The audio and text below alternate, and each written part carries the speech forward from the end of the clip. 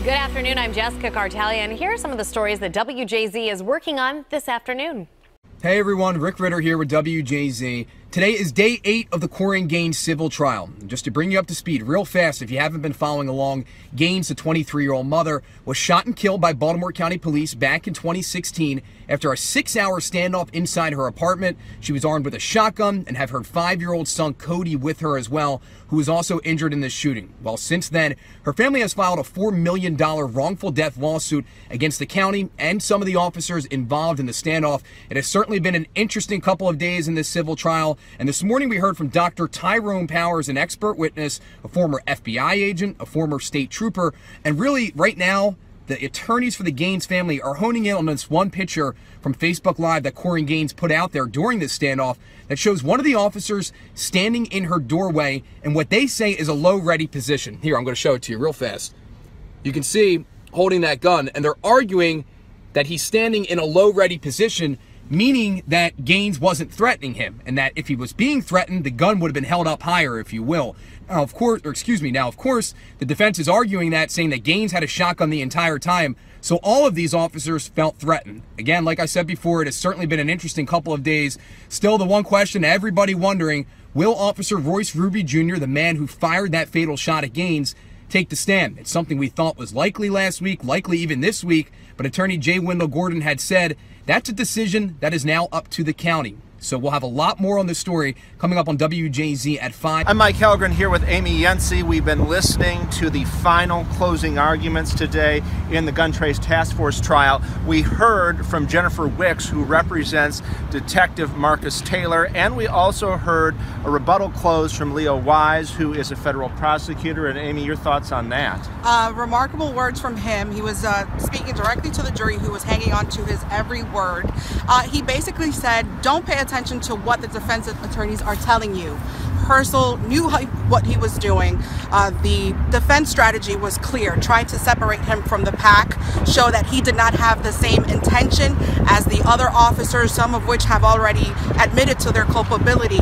The prosecutor saying he knew exactly what he was doing. He's just as guilty as the rest of them, and he should be found guilty because, like the rest of them, he abused his badge, basically.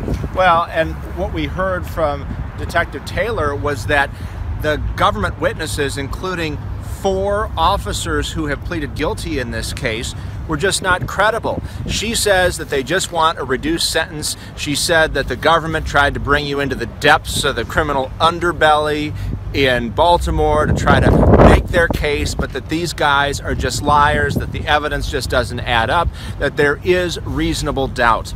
And essentially what jurors have to decide is 4 federal charges, and the jury instructions were extraordinarily complex.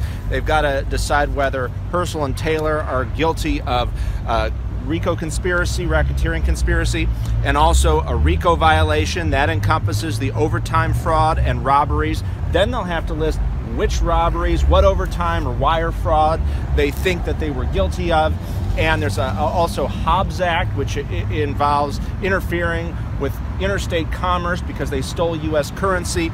And there's a final charge of using a firearm in the commission of a violent crime. So there's a lot for them to digest here. The jury consists of 9 women and 3 men.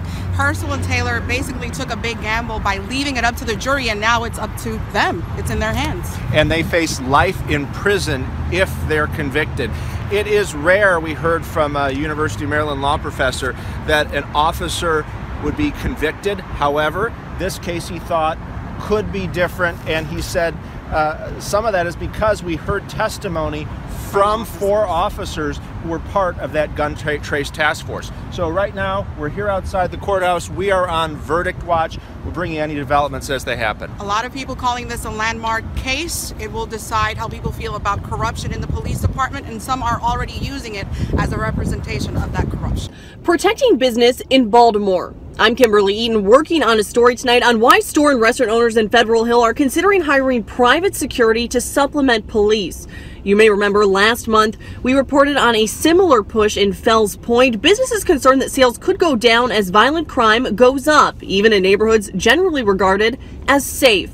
We're speaking with business owners and the mayor tonight on WJZ. I'm Alex Dimitrick at the University of Maryland's Horn Point Lab on the Eastern Shore, where oyster shells are being recycled into new generations of oysters for the Chesapeake Bay. Coming up on WJZ and WJZ.com, how restaurants are taking a popular appetizer and turning it into a restoration effort. Much more on these stories coming up on WJZ at 4, 5, and 6.